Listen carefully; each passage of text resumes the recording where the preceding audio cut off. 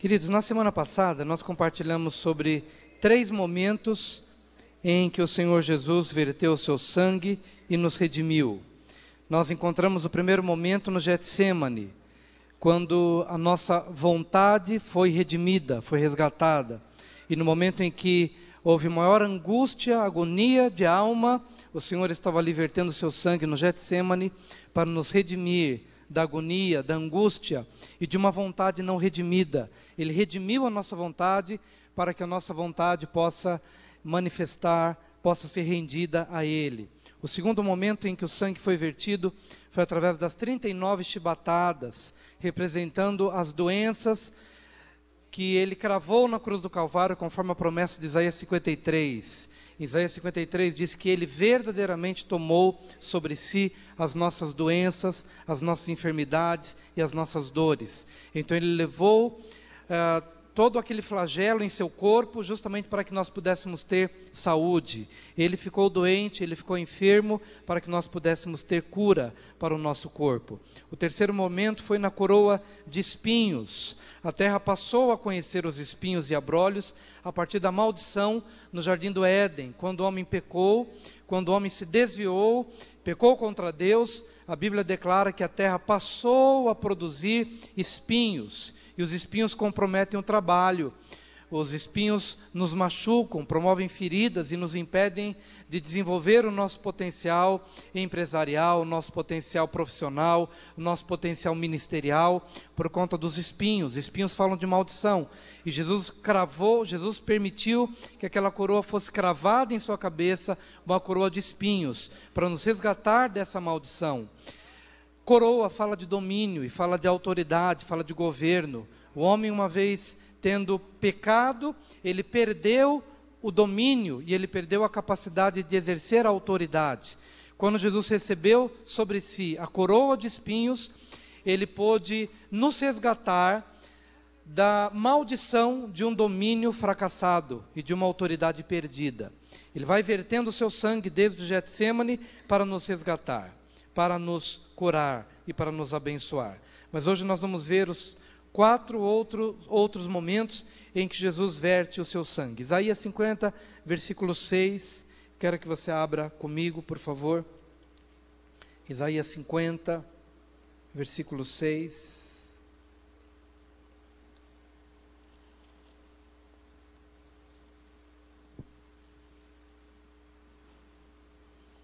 A Bíblia nos diz aqui no versículo Isaías 56. Ofereci as costas ao que me feriam e as faces aos que me arrancavam os cabelos. Não escondi o rosto aos que me afrontavam e me cuspiam. Há uma tradução que fala barba. Ofereci as costas aos que me feriam. Alguém tem essa tradução? Dociné tem, né? Como é que está aí, Dociné? Lê em voz alta para nós.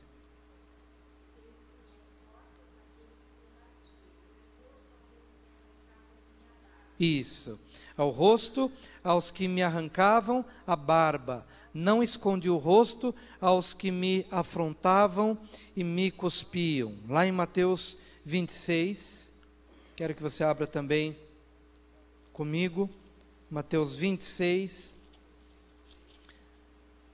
Não há necessidade de ler todo o texto bíblico, mas Jesus está diante do sumo sacerdote, agora já no momento final, caminhando para a cruz, e ele foi acusado de blasfêmia. Quando Jesus conversa com o sumo sacerdote, e há algumas testemunhas naquele ambiente, Jesus se diz filho do Deus Altíssimo, e naquele momento ele é acusado de blasfêmia. Então Mateus 26, a partir do versículo 65, diz: Então o sumo sacerdote rasgou as suas vestes, dizendo: blasfemou. Que necessidade mais temos de testemunhas? Eis que ouvistes agora a blasfêmia. Que vos parece? Responderam eles: é réu de morte. Então uns cuspiram-lhe no rosto e lhe davam murros, e outros o esbofeteavam, dizendo: profetiza-nos, ó Cristo, quem é que te bateu? Nós percebemos claramente, queridos, que nesse momento final, Jesus foi afligido em várias partes, em vários lugares, em vários momentos. E nesse momento ele está sofrendo uma agressão física no rosto. Eu acredito que não há parte de nós que mais se identifique com a nossa identidade do que a nossa face. Nós olhamos para nós mesmos e quando olhamos no espelho, nós olhamos para os nossos olhos que estão na face. É interessante que um cachorro, ele não olha para você numa outra parte do seu corpo, a não ser quando ele quer morder a perna, então ele vai lá e morde a perna. Mas sempre que ele quer estabelecer uma relação, ele olha nos olhos. Interessante isso, é a natureza do animal. Ele olha para você, não olha para a orelha, para o nariz, ele olha para os olhos. O rosto fala de identidade. E naquele momento Jesus está levando bofetadas no rosto, socos, murros, a sua barba está sendo arrancada. Eu lembro que um dia eu fiz a barba e apareci aqui na igreja, dando um estudo de quinta-feira, o pessoal ficou chocado, né? Porque eu estou acostumado com a barba, que no meu caso fala de identidade, há muitos anos, é a minha face, é a minha identidade, é quem eu sou. E Jesus foi ferido nessa esfera. E eu acredito que, nesse momento, Jesus está levando, Ele está nos resgatando de uma identidade flagelada, de uma identidade deformada. O pecado deformou a identidade do homem. Nós fomos feitos, conforme Gênesis 1:26, a imagem e semelhança de Deus. Temos o brilho da glória, da presença e da autoridade de Deus na nossa face. Muitas vezes a Bíblia fala sobre a face de Deus, é ver Deus na sua glória, na sua identidade mais gloriosa, ver Deus na sua face, o cerne da sua glória, do seu brilho e de quem Ele é. E o homem foi feito à imagem e semelhança de Deus.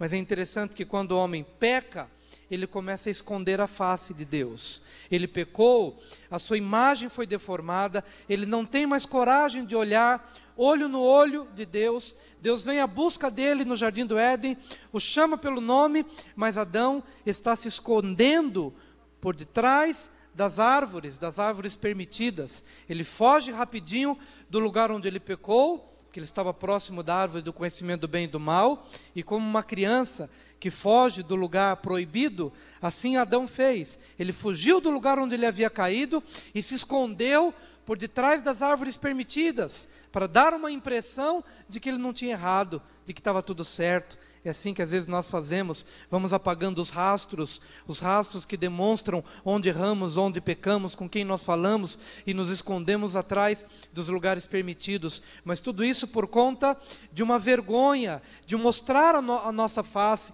de mostrar o nosso rosto, de dizer quem nós somos, porque a nossa imagem foi deformada por conta do pecado. O diabo usa várias situações para nos deformar, desde pequenininho, traumas de infância, traumas no próprio ventre da mãe, são ações do diabo para deformar a nossa imagem moral, a nossa identidade.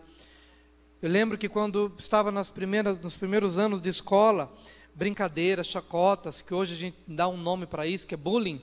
Na época a gente não tinha esse nome, a gente achava que era isso mesmo, e ficava sendo envergonhado na escola, pelos colegas, da direita e da esquerda, puxava cabelo, e chamava pelo nome, e xingava, e nos expunha, né?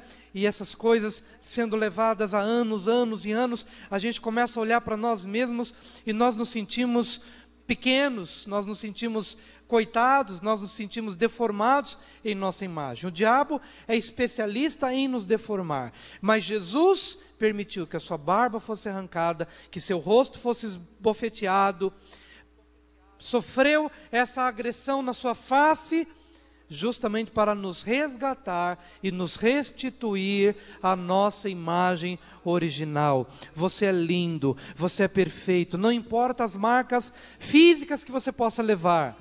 Deus te vê para além da realidade física. Em Cristo Jesus somos restaurados na nossa imagem. Em Cristo Jesus somos reconciliados com a nossa identidade.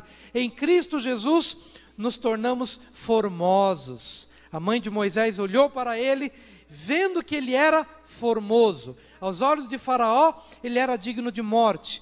tinha uma sentença de morte sobre ele, mas a mãe olhou para ele e viu que ele era formoso, e se empenhou para preservar a sua vida. Deus vê que você é formoso, e se empenhou para te resgatar, e resgatar a sua identidade, entregando Jesus para morrer por você.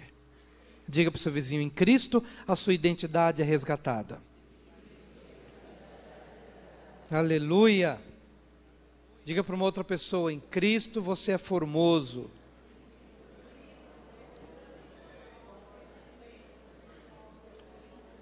Talvez alguém diga: puxa, só em Cristo é que eu sou formoso? Eu dependo tanto de Jesus assim para ser bonito?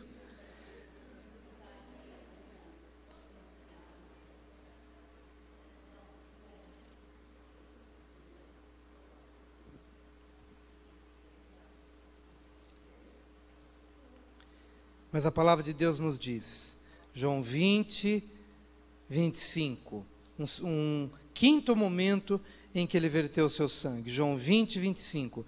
Disseram-lhe então os outros discípulos: vimos o Senhor. Mas ele respondeu: se eu não vir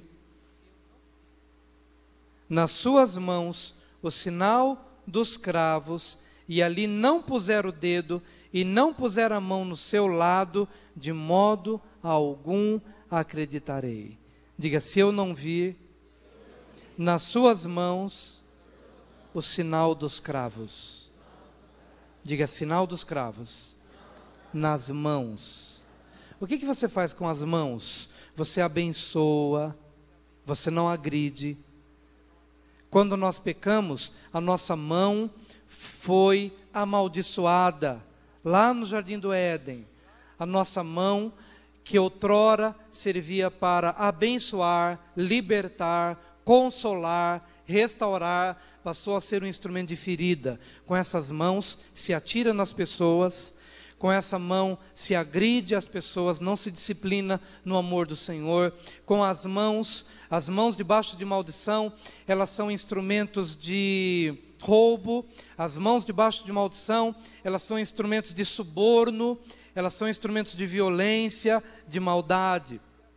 As mãos debaixo de maldição, debaixo do pecado, elas passam a não ter mais o poder de produtividade, o poder de trabalhar de uma forma digna e adquirir o seu próprio sustento. As mãos se tornaram prisioneiras, grilhões do pecado, e impediram que essas mãos pudessem trabalhar e ver o fruto do seu trabalho com dignidade.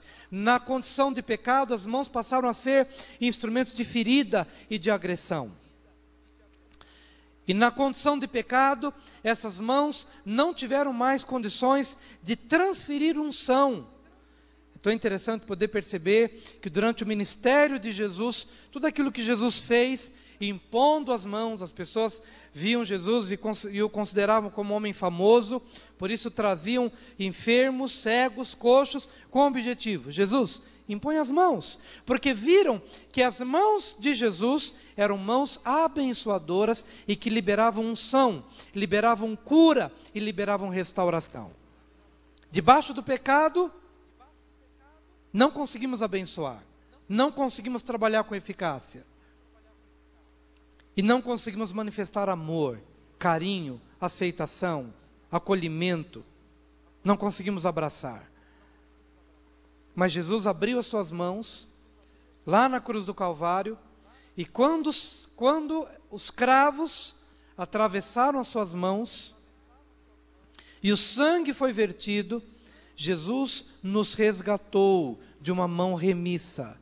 Jesus nos resgatou de uma mão que não pode trabalhar, ou de uma mão que não pode abençoar, de uma mão que não pode liberar unção. Por isso, se você está em Cristo Jesus, você vai olhar para as suas mãos e perceber que as suas mãos não estão leprosas. As suas mãos agora serão instrumentos de dons, serão veículos por onde os dons do Senhor passarão e abençoarão vidas. As suas mãos trabalharão e você se alegrará com o fruto do seu trabalho. Deus abençoará a obra das suas mãos. Diga para o seu vizinho: Deus abençoa a obra das suas mãos. Suas mãos serão canais de bênção, suas mãos serão serão canais de unção, e a unção de Deus será transferida. Querido irmão, guarde bem isso.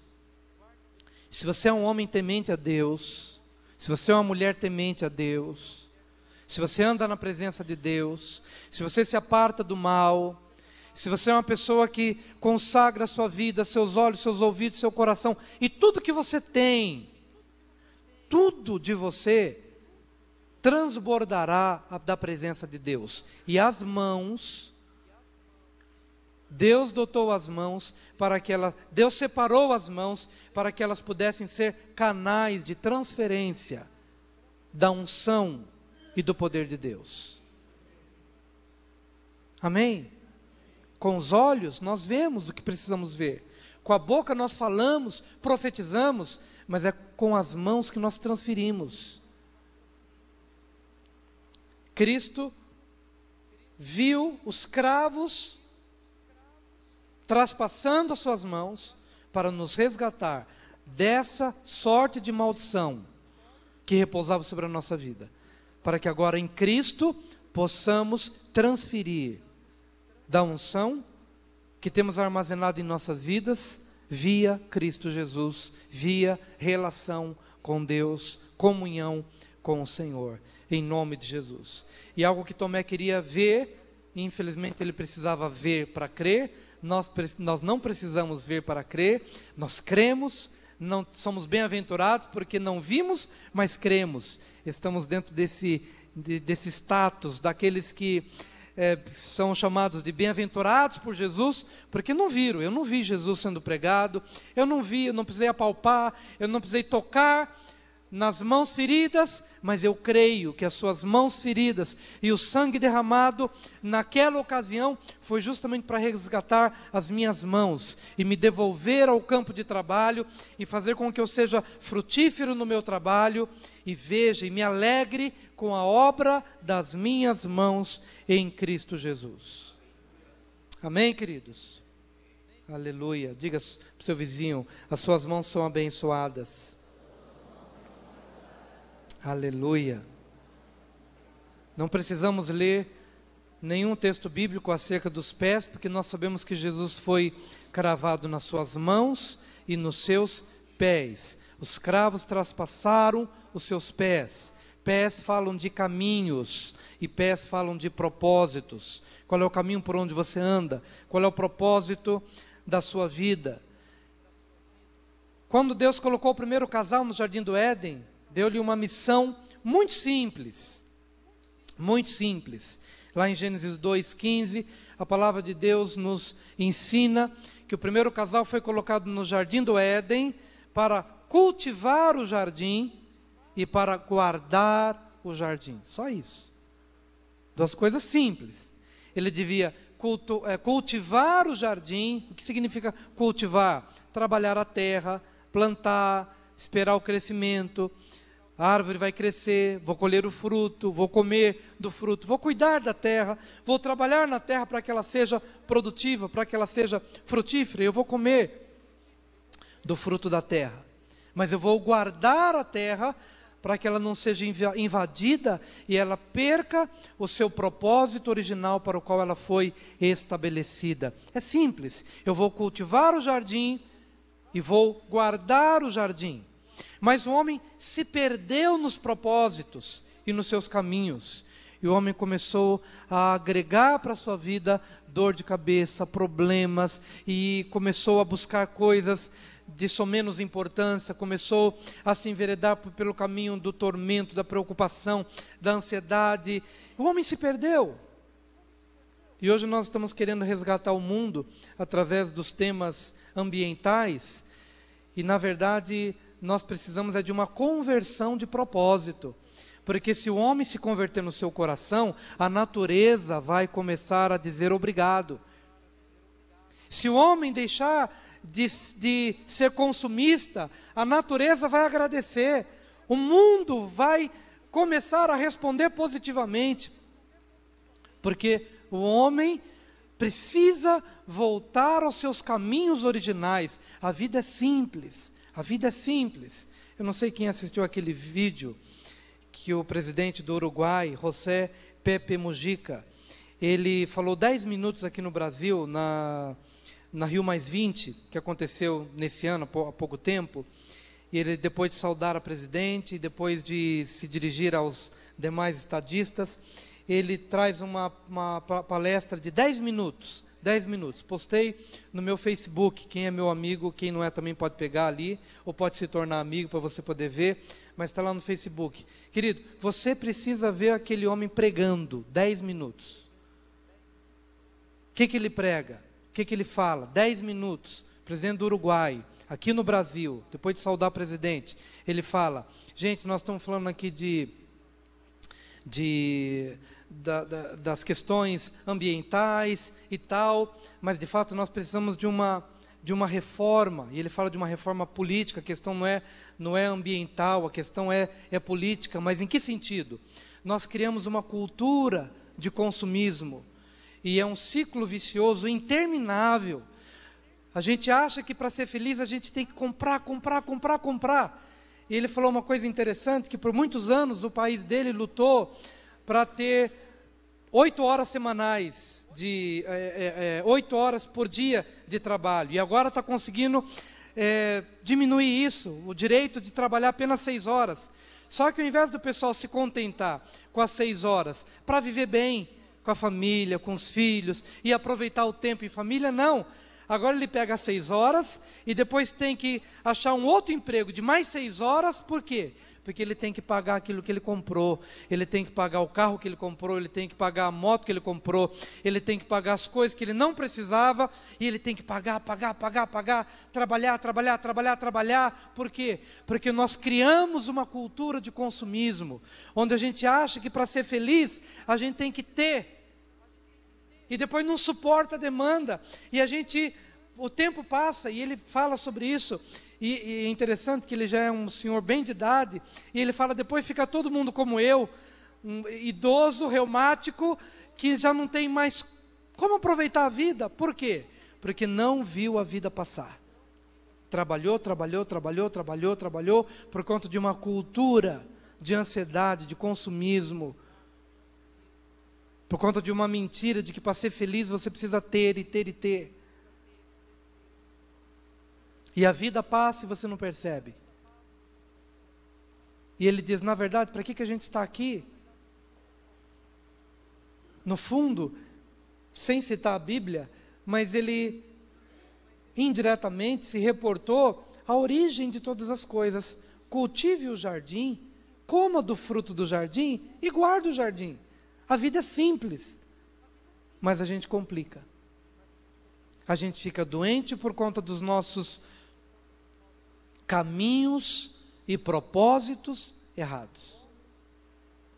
Mas quando Jesus permitiu que os cravos traspassassem os seus pés, ele nos resgatou dos caminhos errados, dos propósitos errados, dessa perdição dos nossos caminhos.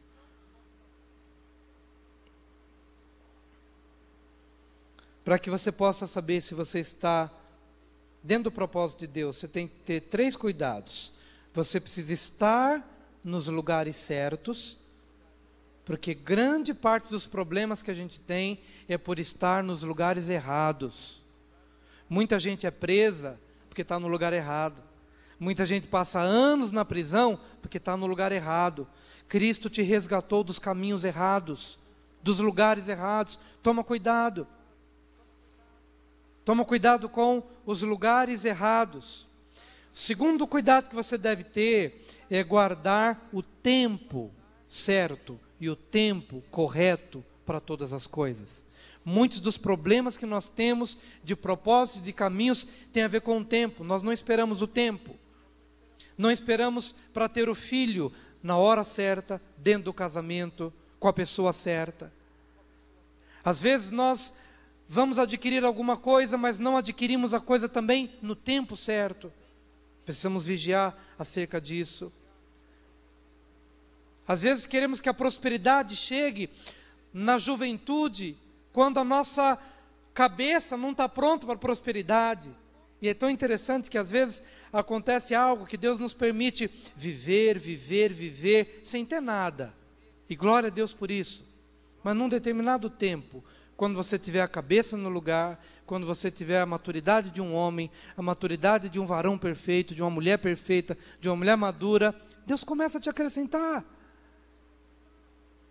Porque você está pronto para isso.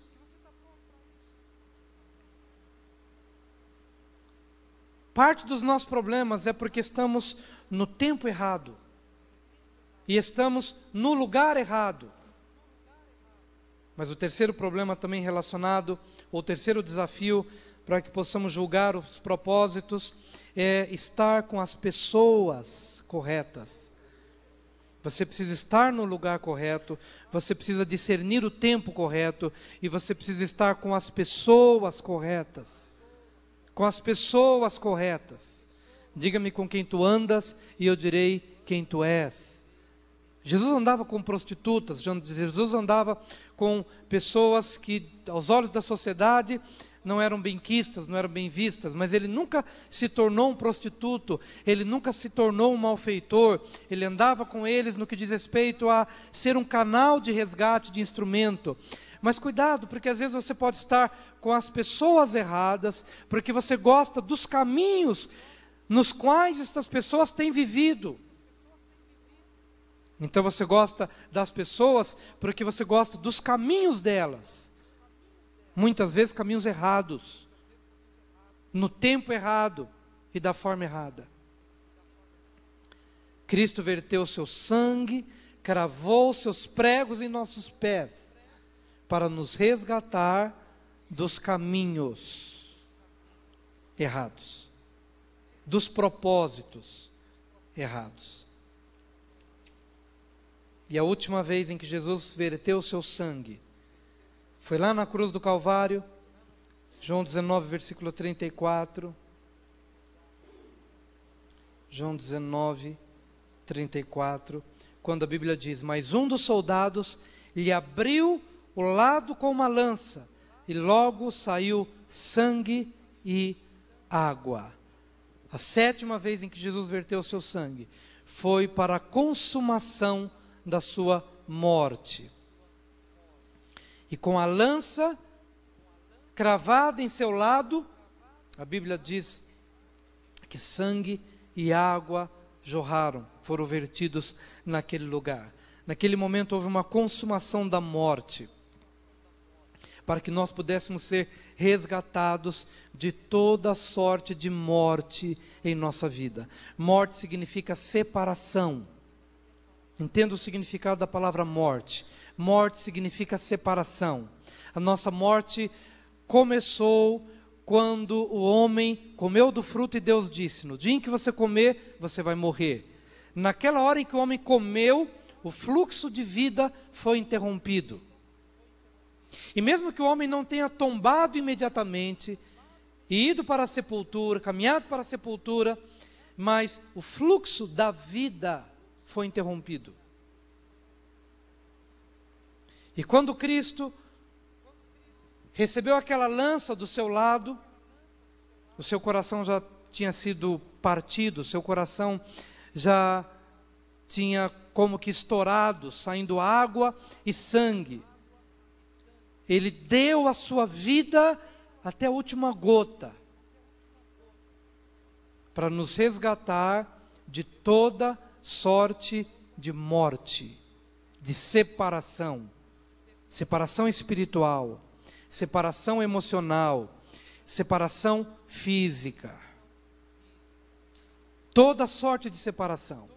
Tudo que está desconectado na sua vida, como consequência, em decorrência do pecado, tudo que está fora de ordem, tudo que não manifesta a vida de Deus, tudo que não manifesta o poder de Deus, de vida, vida para o espírito, vida para a alma e vida para o corpo. Saiba que a última vez em que Jesus verte o seu sangue, foi para nos resgatar de todo o escopo da morte, a fim de trazer vida em todos os aspectos da nossa vida cristã, em nome do Senhor Jesus. Amém? Eu quero que você volte comigo às 7 vezes em que Jesus verteu o seu sangue. Diga, no Getsêmani, resgatando a minha vontade para Deus. Nas 39 chibatadas, resgatando-me das doenças. Na coroa de espinhos, devolvendo-me a autoridade perdida. Nas feridas do rosto, restaurando a minha identidade. Através dos pregos nas mãos, devolvendo a capacidade produtiva. Através dos pregos nos pés, resgatando-me nos propósitos e nos caminhos. E a lança que perfurou o seu lado, na consumação da sua morte, para resgate completo de todas as esferas da minha vida. Eu vou orar por você nesse momento. Quero te convidar a vir aqui à frente, para que o sangue precioso de Jesus tenha esse poder de eficácia para nos abençoar e para nos restaurar. Em nome de Jesus.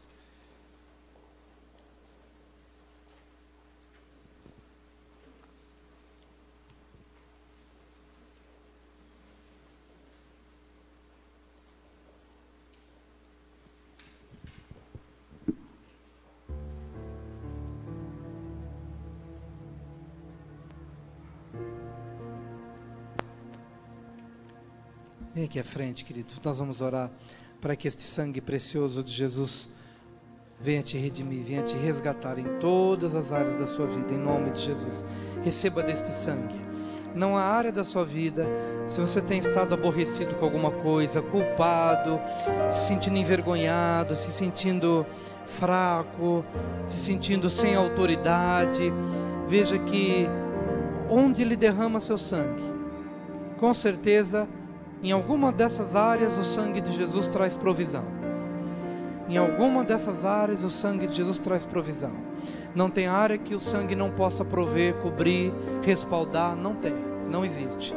Não existe, seja qual for a situação. E se você se aproxima com um coração quebrantado, redimido, este sangue te purifica de todo o pecado, te devolve a vida, te restaura naquilo que você necessita de restauração. Pai, eu oro agora em nome de Jesus, para que este sangue tremendo, maravilhoso, perfeito, completo, singular, oh Deus, absoluto, venha nos resgatar em todas as áreas da nossa vida. Eu sei, nós sabemos pela Tua palavra que não há área da nossa vida para a qual este sangue não possa agir, ou na qual este sangue não possa agir, para trazer provisão, resgate e restauração. Em nome do Senhor Jesus, em nome do Senhor Jesus, nós nos aproximamos agora, com inteiro coração, e inteira certeza de fé, inteiro coração, e inteira certeza de fé, de que o Senhor está presente aqui, para novamente nos resgatar. E agora eu quero que você coloque alguém, talvez você esteja intercedendo por alguém, talvez seja o marido que não está aqui, a esposa, o filho, que precisa deste sangue na vida dele ou dela. Então agora você vai aplicar pela fé, você vai tirar o sangue da bacia e vai aplicar através da palavra, através da confissão. Nós aprendemos na semana passada que a forma de aplicar o sangue é através da confissão, do liberar da palavra em fé. Libera agora este sangue sobre a vida dos seus familiares, sobre a vida dos seus amigos, das pessoas a quem você ama, para quem você busca salvação e restauração em nome de Jesus.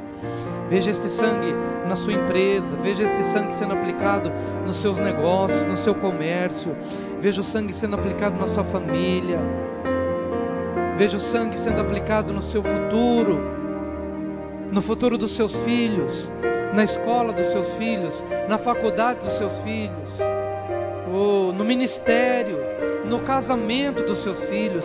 Se eles não casaram ainda, o sangue já vai trazendo provisão para isso. Se já casaram, você vai interceder para que este sangue seja aplicado nas esferas do relacionamento conjugal. Em nome de Jesus, Pai, perdoa-nos, Senhor bendito, as palavras da nossa boca, Senhor, nossos erros. Perdoa, Senhor, nossos pecados. Que este sangue bendito faça provisão. Toma aqui os casais nas tuas mãos, toma as famílias aqui nas tuas mãos, onde houve tropeço, onde houve queda, onde houve, Senhor, vergonha. Oh, Senhor, levanta, restaura, devolve a dignidade, devolve a honra do lar. Senhor, eu te peço em nome de Jesus. Senhor querido, que nessa manhã haja restituição da honra, restituição da dignidade, restituição do temor ao Senhor, restituição dos caminhos, restituição da capacidade produtiva, restituição, oh Deus, oh Senhor, eu te peço em nome de Jesus. Enquanto cantamos este hino, vejo o sangue trazendo de volta o filho que se desviou pelo caminho das drogas. Veja o sangue de Jesus resgatando a ele, onde quer que ele se encontre agora.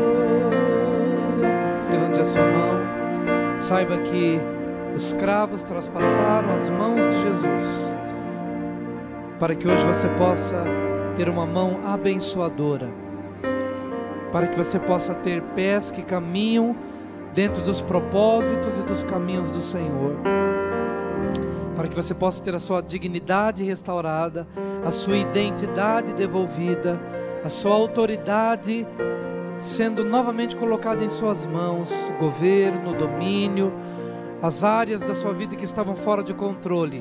O sangue de Jesus traz redenção para isso e faz com que todas as coisas voltem a estar debaixo da sua influência e do seu governo de autoridade, em nome de Jesus. Ele vem com sangue curando a sua alma, restaurando das feridas, dos traumas. Ele vem no seu espírito devolvendo a vida, banindo toda sorte de morte, toda espécie de morte. Ele nos resgata. Somos filhos, somos filhos, somos filhos pelo sangue precioso de Jesus. Se você já recebeu Jesus como Senhor e Salvador, você é filho. Se você ainda não se arrependeu dos seus pecados, você pode fazer isso hoje, nesta manhã, para tornar-se também um filho redimido, resgatado por este sangue precioso. Enquanto a igreja está em oração e você está se vendo nessa condição de resgatado, de redimido, de filho, eu quero estender esse convite às pessoas que ainda não tiveram a oportunidade de entregar seu coração para Jesus. Se você está arrependido dos seus pecados e se você deseja hoje fazer a boa confissão da fé, confessando Jesus como teu Senhor e Salvador pessoal. Se você ainda não fez isso em outra ocasião, mas quer fazer isso nesta manhã, levante a sua mão, porque eu quero orar em seu favor, para que este sangue também tenha acesso à sua vida, para lhe redimir, para resgatar e para trazer vida. Há alguém? Levante a sua mão, onde quer que você se encontre. Aleluia, Jesus. Aleluia, aleluia, aleluia, aleluia. Eu gostaria que você abraçasse seu vizinho, dizendo: o sangue de Jesus te purifica de todo o pecado.